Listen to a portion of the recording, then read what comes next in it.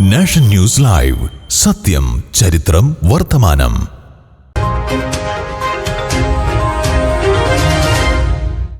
പ്രിയ പ്രേക്ഷകർക്ക് സ്വാഗതം. ഇന്ന് ദ റിയൽ സ്റ്റോറി ചർച്ച ചെയ്യുന്നു ഗൗരി ലങ്കേഷിനെ കുറിച്ച്. മുതിർന്ന മാധ്യമപ്രവർത്തക ഗൗരി ലങ്കേഷ് വെടിയേറ്റ് കൊല്ലപ്പെട്ടിട്ട് ഇന്നലെ 7 വർഷം തികയുമ്പോഴും വിചാരണ നടപടികളിലെ കാലതാമസത്തിനെതിരെ വ്യാപകമായ പ്രതിഷേധമുയരുന്നു. വിചാരണയ്ക്ക് ഫാസ്റ്റ് ട്രാക്ക് കോടതി സജ്ജീകരിക്കാൻ മുഖ്യമന്ത്രി സിദ്ധാരാമയ്യ ഉത്തരവിട്ട് 8 മാസം കഴിഞ്ഞെങ്കിലും നടപ്പിലായിട്ടില്ല. 4 പ്രതികൾക്ക് ഹൈക്കോടതി അനുവദിച്ച ജാമ്യം സുപ്രീം കോടതി ശരിവെക്കുകയും ചെയ്തിരുന്നു. 2 വർഷം മുമ്പ് വിചാരണ ആരംഭിച്ചുവെങ്കിലും 530 സാക്ഷികളിൽ 137 പേരെ മാത്രമാണ് ഇതുവരെ വിസ്തരിച്ചത്. 2017 സെപ്റ്റംബർ 5-നാണ് ഗൗരി വെടിയേറ്റ് കൊല്ലപ്പെട്ടത്. തീവ്ര ഹിന്ദു സംഘടനാ പ്രവർത്തകരായിരുന്നു പ്രതികൾ. പുരോഗമനവാദികളായ പ്രൊഫസർ MM കൽബുർഗി, നരേന്ദ്ര ദബോൽക്കർ, ഗോവിന്ദ് പൻസാരെ എന്നിവരുടെ വധക്കേസുകളിലും ഇവർക്ക് പങ്കുണ്ടെന്ന് കണ്ടെത്തിയിരുന്നു. വീടിന്റെ വാതിലിൽ ഏത് അർദ്ധരാത്രിയും ഒരു മുട്ടുകെട്ടാൽ നിസ്സഹായമായ ഏതോ നിലവിളി അല്ലെങ്കിൽ എന്തെങ്കിലും ഒരു സഹായ അഭ്യർത്ഥന, അതൊക്കെയായിരുന്നു നമ്മുടെ മനസ്സിൽ. വീട്ടിൽ അമ്മയോടും ഭാര്യയോടൊപ്പം പ്രഭാത ഭക്ഷണം കഴിക്കുമ്പോഴാണ് കൽബുർഗി എന്ന വയോധികൻ വാതിലിൽ മുട്ടുകേൾക്കുന്നത്. അപാരജ്ഞാനമുള്ള, സംസ്കൃതത്തിലൊക്കെ അഗാധ പാണ്ഡിത്യമുള്ള ഒരാളാണ് അദ്ദേഹം.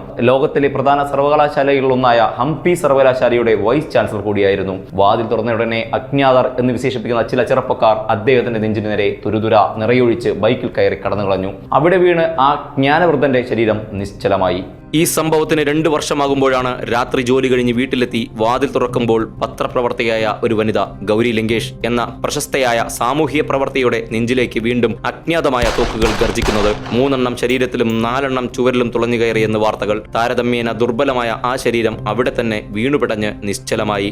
നിരന്തരമായി ഇത്തരം തോക്കുകളുടെ ഗർജനങ്ങൾ ഭാരതത്തിന്റെ മുറ്റത്ത്, ജനാധിപത്യത്തിന്റെ മുറ്റത്ത് മുഴങ്ങുന്നു. സ്വാതന്ത്ര്യത്തിന്റെ തൊട്ടപ്പുറത്ത് ബിർള ഹൗസിൽ പ്രാർത്ഥിച്ചു മടങ്ങുകയായിരുന്ന മഹാത്മാവിന്റെ നെഞ്ചിലേക്കാണ് ആ ആദ്യം വന്നു പതിച്ചത്. അത് അജ്ഞാതമായ ഒരു തോക്കിലെ ശബ്ദമായിരുന്നില്ല. അതിന് മറ്റൊരു രാമൻ, നാഥുരാമൻ, അവകാശിയായി ഉണ്ടായിരുന്നു. നാഥുരാമന്റെ പിന്മുറക്കാർ രാമരാജ്യം അവതരിപ്പിക്കുന്നു. പക്ഷേ അത് ഗാന്ധിജിയുടെ രാമൻ, രാമരാജ്യമല്ല എന്ന് നാം അറിയുന്നു. അതുകൊണ്ടാണ് തങ്ങളുടേതല്ലാത്ത ഒരു ശബ്ദത്തെ അന്നേ തോക്കുകൊണ്ട് നേരിട്ട് തുടങ്ങിയത്. ഹേ റാം എന്ന് പ്രാർത്ഥിച്ചു തീരും മുമ്പ് രാമരാജ്യം സ്വപ്നം കണ്ട ആദ്യത്തെ മനുഷ്യൻ വെടിയേറ്റ് വീണു. ഏകാധിപത്യത്തിന്റെ ശബ്ദം എന്നും അങ്ങനെയാണ്. ഹിറ്റ്ലർ അങ്ങനെയായിരുന്നു. എതിർ ശബ്ദങ്ങളെ പിടിച്ചുകൊണ്ടുപോയി പരസ്യമായി കൊല്ലുന്നത് ഹിറ്റ്ലറുടെ വിനോദങ്ങളിൽ ഒന്നായിരുന്നു.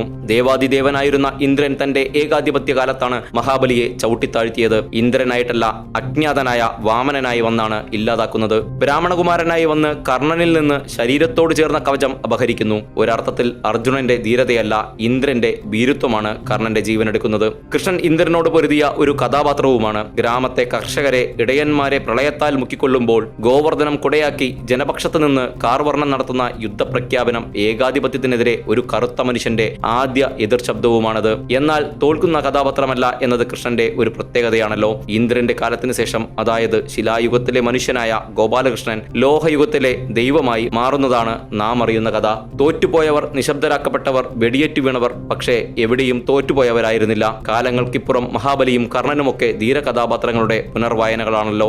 ഇപ്പോൾ നാം കാണുന്നത് ശരീരം ചെറുതാക്കി വരുന്ന വാമനന്മാരെയല്ല. എതിർ ശബ്ദങ്ങൾക്കെതിരെ ശരീരം ചെറുതാക്കാതെ ഏകാധിപതികൾ തോക്കുയർത്തുന്നു. വാതിലിലെ മുട്ടുകൾക്ക് മരണങ്ങൾ എന്നാകുന്നു അവിടുത്തെ അർത്ഥം. കൽബുർഗി, പൻസാരെ, ദബോൽക്കർ, UR അനന്തമൂർത്തിയെയും പെരുമാൾ മുരുകന്റെയും അനുഭവങ്ങൾ കൂടി ഓർക്കാം. പരസ്യങ്ങൾ വാങ്ങാതെ സ്വന്തമായി പത്രിക നടത്തി വാക്കുകളുടെ, വിചാരങ്ങളുടെ മൂർച്ച ഉറപ്പിക്കുകയാണ് ലങ്കേഷ് എന്ന എഴുത്തുകാരനും അവരുടെ മകൾ ഗൗരിയും ചെയ്തു വന്നത്. ഭയം അവരുടെ നിഘണ്ടുവിലെ വാക്കായിരുന്നില്ല.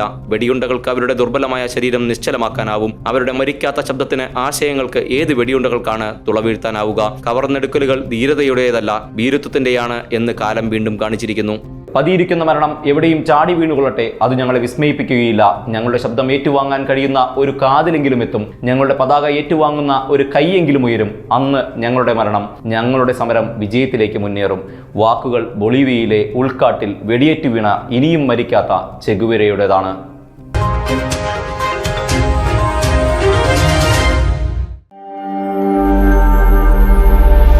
നാഷൻ ന്യൂസ് ലൈവ്, സത്യം, ചരിത്രം, വർത്തമാനം.